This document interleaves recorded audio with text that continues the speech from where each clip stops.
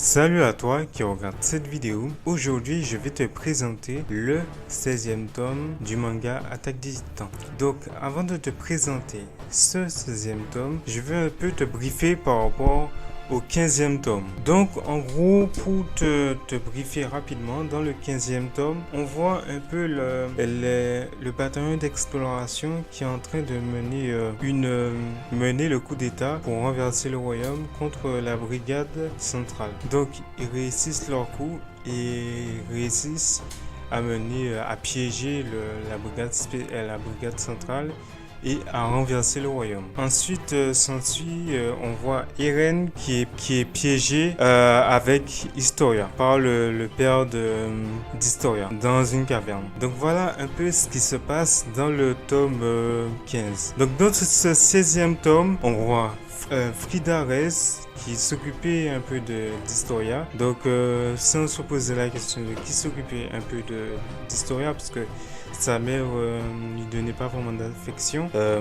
Après, on découvre un peu qui est-ce qui a tué toute la famille Rez. Donc avant, Historia avait une demi-sœur et deux demi-frères avec une belle-mère entre guillemets. Et ils ont tous disparu. Donc on découvre qui a tué sa famille, sauf son père, et un peu pourquoi il a fait ça. Donc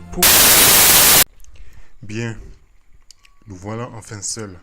Père, Nous pouvons y aller. père, qu'est-ce donc? Écoute-moi bien, Historia. Ça va te paraître inconcevable, mais Frida n'est pas tout à fait morte. Hein? pourquoi la famille Rez a fait ça. Donc, on découvre aussi le pouvoir de la famille Rez, qui est celui de manipuler la mémoire collective, donc manipuler les gens. Et on découvre plus tard qu'en fait, ce pouvoir de manipulation en fait permet de manipuler la mémoire d'une majorité.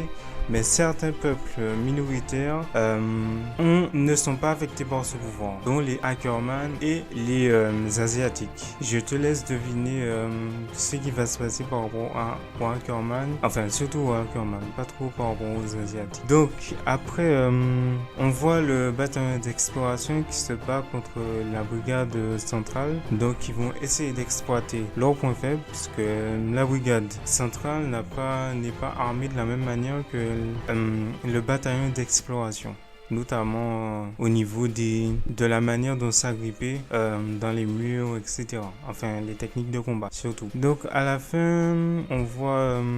bon, je ne veux pas trop tout spoiler de ce côté-là, donc je vais un petit peu raconter ce qui se passe. Donc, pour moi, ce tome, c'est vraiment un tome, le tome des révélations, parce qu'on découvre... c'est le deuxième tome des révélations pour moi, après le 9e tome, le 10e ou 9e tome, si je me trompe. Enfin, le tome où on découvre que Bertolt, Reiner et Ymir sont des titans. Et voilà, donc c'est vraiment le tome des révélations pour moi. Et on découvre beaucoup de choses par rapport à l'histoire, par rapport à l'histoire des titans, par rapport à la famille royale, par rapport au pouvoir même de Eren. Et on découvre aussi des nouveaux pouvoirs.